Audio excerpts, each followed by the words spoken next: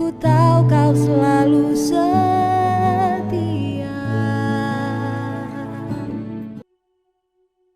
Haleluya, puji Tuhan. Salam sejahtera buat Bapak Ibu Saudara dimanapun berada. Dan saat ini mari kita akan mendengarkan firman Tuhan sebagai saat teduh kita pada pagi hari ini. Saya berdoa, saya meyakini bahwa hari ini Bapak Ibu Saudara berjalan dengan berkat-berkat Tuhan di dalam kehidupan dengan kita mengandalkan Tuhan dalam kehidupan kita. Mengawali semuanya ini, mari kita berdoa. Tuhan Yesus, Engkau Allah yang baik. Terima kasih untuk anugerah-Mu hari ini dan biarlah firman-Mu yang akan meneguhkan kami untuk kami berjalan pada hari ini bersama dengan Tuhan.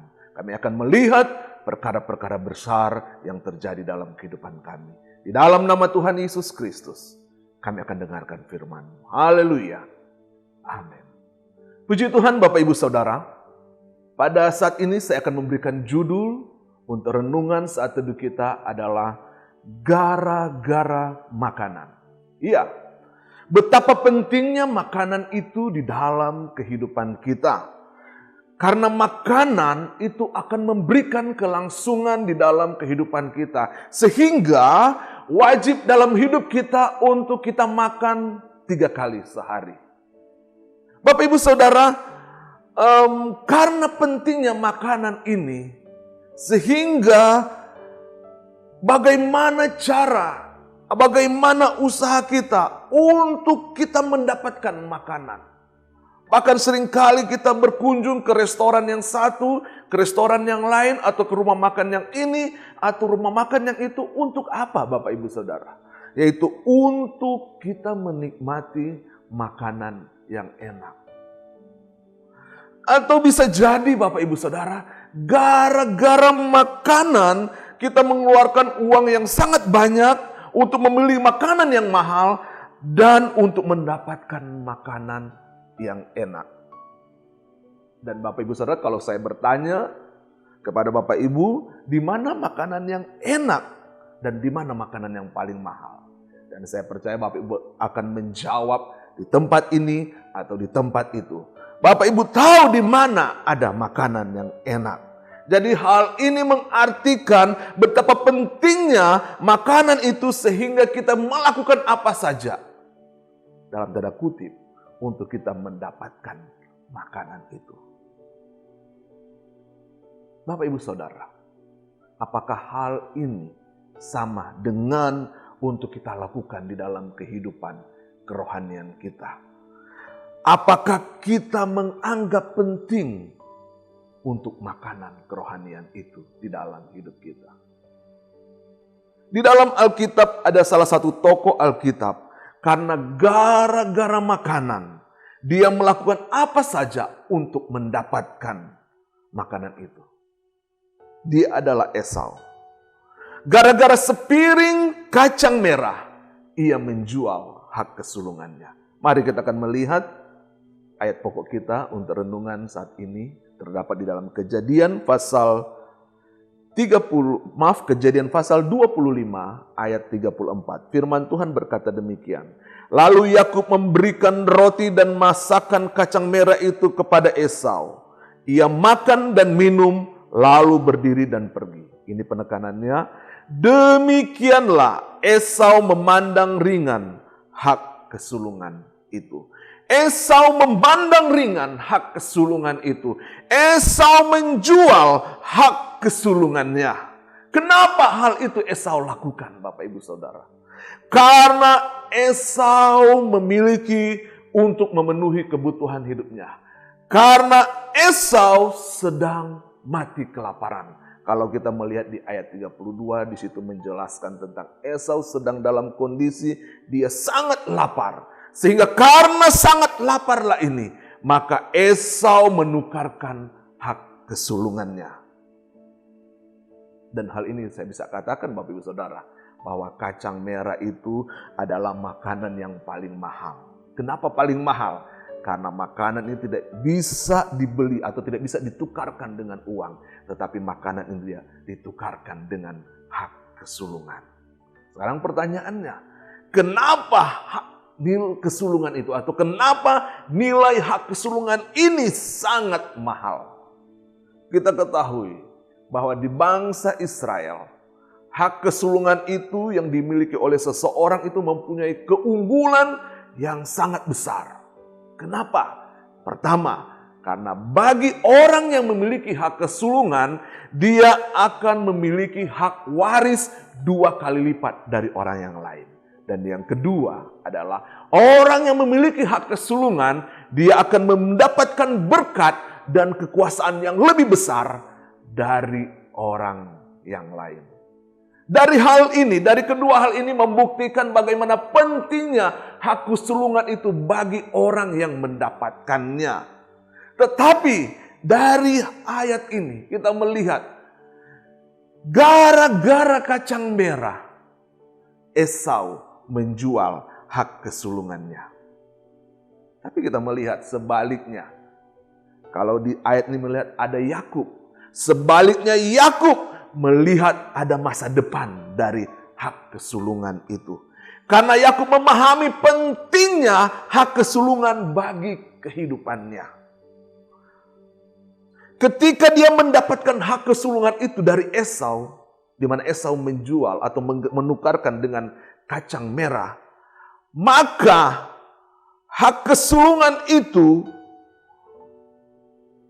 bisa di mana di mana Esau dia memperoleh berkat lebih besar atau memperoleh berkat yang luar biasa dari Ishak. Dari hak kesulungan ini. Bapak Ibu bisa membaca dalam Kejadian pasal 27 ayat 28 sampai 29. Tetapi sebaliknya Bapak Ibu Saudara, karena Esau menjual hak kesulungannya, maka Esau mendapatkan berkat. Yang Esau dapatkan adalah Esau mendapatkan berkat yang kurang baik dari Ishak. Itu terdapat dalam Kejadian pasal 27 ayat 34 sampai ayat 39 sampai ayat yang ke-40. Nah, Bapak Ibu Saudara, gara-gara hak kesulungan,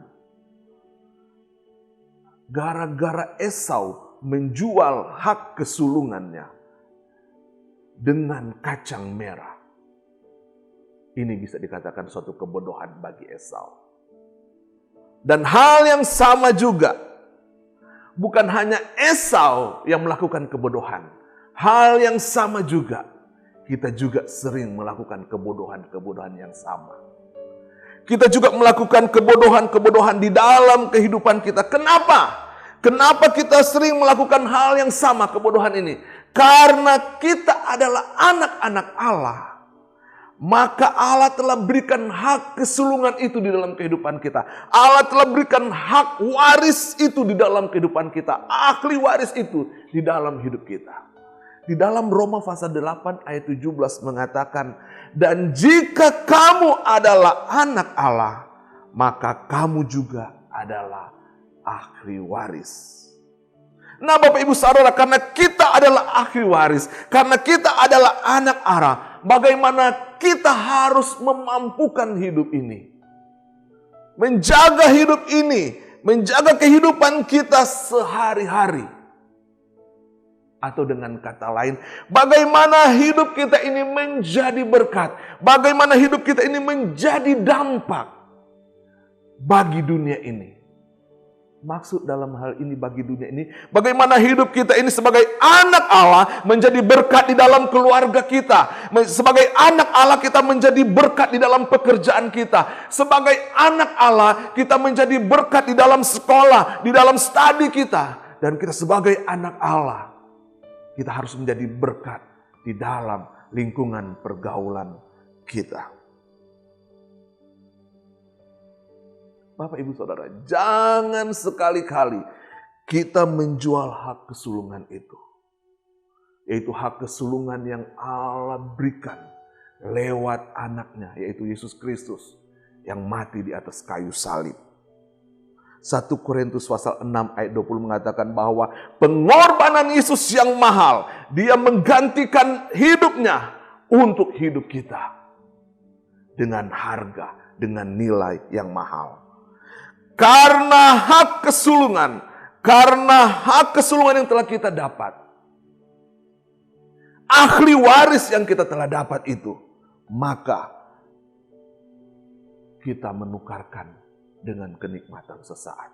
Jangan hal itu kita lakukan.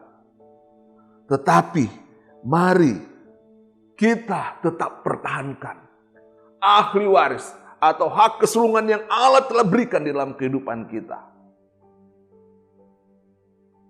Jangan kita menjual hak kesulungan itu dengan kenikmatan dunia ini. Maka kita akan menjadi orang yang menjual hak kesulungan dengan nilai yang murah. Sehingga kita menganggap keselamatan itu adalah murahan. Mari Bapak Ibu, jangan hal ini terjadi dalam kehidupan kita. Apa yang harus kita lakukan? Apa yang harus kita lakukan adalah kita harus menjaga hak kesulungan itu. Karena kita menjaga hak kesulungan itu, maka kita menjaga hidup kita. Jangan kita menjual hak kesulungan itu dengan segala perbuatan dosa kita. Dengan suatu keinginan yang hanya sementara. Demi kenaikan pangkat, maka kita meninggalkan iman kita kepada Yesus. Demi kenaikan pekerjaan dalam kehidupan kita, kita meninggalkan iman kita kepada Yesus. Bahkan demi kita mendapatkan penjualan yang laris, maka kita menggadaikan iman Kristen dengan kekuatan yang ada di dunia ini.